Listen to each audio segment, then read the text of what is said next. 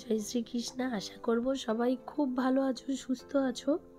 রাধাকৃষ্ণ সেবা পরিবারের আরও একটা নতুন ব্লগে সকলের অনেক স্বাগত। তো গলার ভয়েসটা জানো যে ঠান্ডা লাগার কারণে বসে এতটা বাজে হয়ে গেছে, যার জন্য দুঃখিত।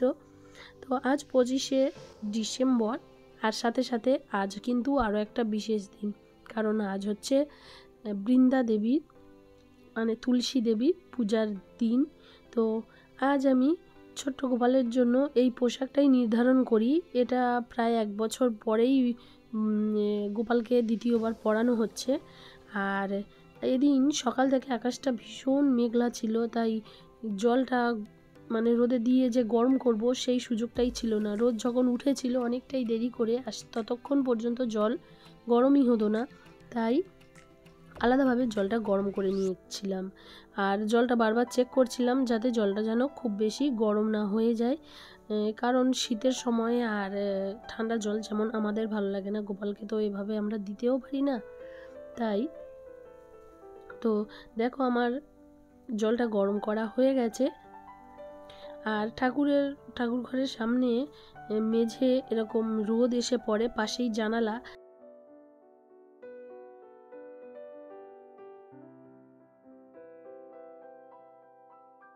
শীতকালে রোদ আমাদের সবার প্রিয়, তাই বারান্দাতে একটু রোদ এসে পড়ায় আমার কিন্তু ভীষণ সুবিধাও হয়, কারণ এই সময় গোপালকে রোদে বসিয়ে একটু স্নান করানো যায়, বা গোপালের স্নানের আগে কিংবা পরে গোপালকে কিছুটা রোদে বসিয়ে রাখা যায়।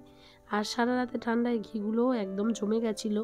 আর অনেকে বলে যে ঘিয়ের মধ্যে আঙুল দিয়ে তুলতে নেই, তাই পুজোর কোনো জিনিসে আঙুল দিয়ে এভাবে তুলতে নেই, তাই সেটাকে কাঠির সাহায্যে তুলেছি। আর জলের সঙ্গেই চন্দনটা মিশিয়ে নিচ্ছি, কারণ এই সময় কোনো পেস্ট যতটা এড়িয়ে চলাই ভালো। চন্দন কিন্তু অনেকটা ঠান্ডা প্রদান করে, তাই চন্দনটা একেবারে না এড়িয়ে একটু এড়িয়ে চলাই ভালো। আর দেখছো যে গোপাল সোনাকে আমি আগের দিনের যে পোশাকে ছিল সেটাকে আলাদা করে নিলাম, আর ছোট্ট গোপালকে আগে স্নান করাবো। গোপাল রায়কে স্নান করিয়ে নেব। তো একটু ইত্র সেবা তো এই সময় দিতেই হয়, তো সুগন্ধি দিয়ে গোপালের গায়ে একটু মালিশ করিয়ে নিচ্ছি। তবে যদি সম্ভব না হয় সব সময় কাছে সুগন্ধি নেই, তারা ঘিও ব্যবহার করতে পারো। আর ভীষণ ছোট্ট তো, তাই একটু হাতের ওপরে তুলে নিয়ে মালিশ করলে ভীষণ ভালো হয়, কারণ এত ছোট যে গায়ে পায়ে গোপালের হাতেই পৌঁছায় না, তাই হাতের ওপরে তুলে নিয়ে গোপালকে একটু মালিশ করলে ভীষণ ভালো হয়। তো এইভাবে আমি স্নান করানো শুরু করি। শঙ্খ ছিল, কিন্তু আমি এদিন শঙ্খ না নিয়েই এমনি ছোট্ট বাটি দিয়ে জল কাটিয়ে আমি গোপালকে স্নান করাচ্ছিলাম। আর স্নানের পরে আমি গোপাল সোনাকে আমার হাতে বানানো একটা আসন বানিয়েছিলাম, তো সেই আসনের ওপর বসিয়ে গোপালকে সুন্দরভাবে গা মুছিয়ে নিচ্ছিলাম।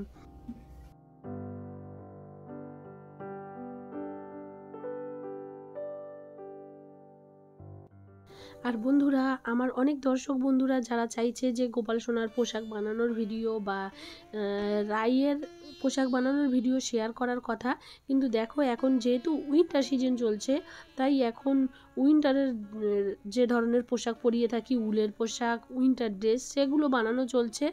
আর ছোট্ট গোপালের জন্য একটাও পোশাক বানানো হচ্ছে না, কারণ ছোট্ট গোপালের জন্য প্রচুর পোশাক রয়েছে।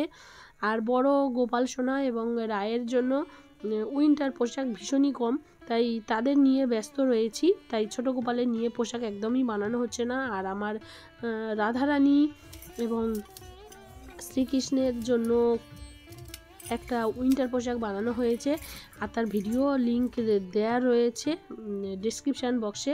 আর তোমরা অবশ্যই দেখে নিতে পারো যে আমি পোশাকগুলো কিভাবে বানাচ্ছি। আর যখন উইন্টার সিজন চলে যাবে, আবার গরমের দিনগুলো আসবে, সেই সময় আমি নিশ্চয় আমার রাধারানী এবং গোপাল সোনাদের পোশাক শেয়ার করব।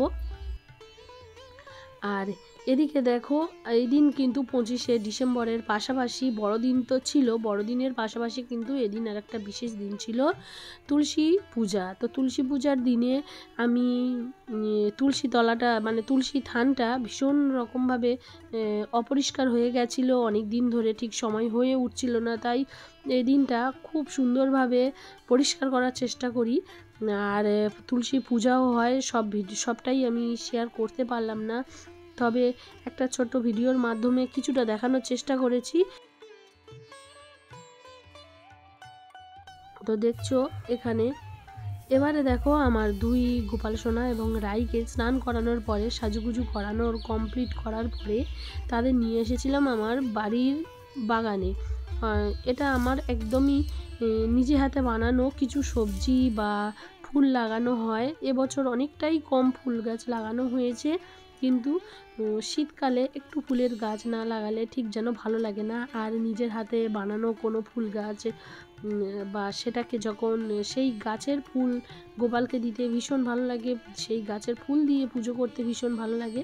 তো আমি মাঝে মাঝে গোপাল সোনা এবং রাইকে নিয়ে আসি, বাগানের মাঝে বসিয়ে দিই, আর খুব সুন্দর লাগে। এখানে বাড়ির মধ্যেই অনেক ফুলের গাছ রয়েছে, যেগুলো দিয়ে আমাদের নিত্য পুজোর যে ফুল সেগুলো তো প্রয়োজন মিটে যায়, কিন্তু শীতকাল শুরু হওয়াতে গরমের যে ফুলগুলো ফুটে থাকে সেগুলো একদমই ফোটা বন্ধ হয়ে গেছে, তাই এই ফুলগুলোই লাগানো হয়। আর এগুলো তো আবার সবসময় তোলাও যায় না।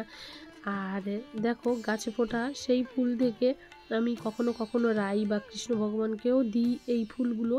তো যেগুলো তোমরা দেখো অধিকাংশ কিন্তু এগুলো গাছেরই ফুল থাকে। আর রাইকেও একটা ফুল দিলাম, রাইকে ভীষণ সুন্দর লাগে। আর দেখো আমার রাইকে, তুই গোপাল সোনা এবং রাইকে নিয়ে কিভাবে সময়টা ব্যয় করেছি ব্লগের মাধ্যমে তো আমি শেয়ার করলাম। যদি ব্লগটি ভালো লেগে থাকে তাহলে একটা লাইক করে দিও। তাহলে আজকের ব্লগটা আমি এখানে শেষ করছি। সবাই খুব ভালো থেকো, সুস্থ থেকো, আবার দেখা হবে নতুন ব্লগে। রাধে রাধে।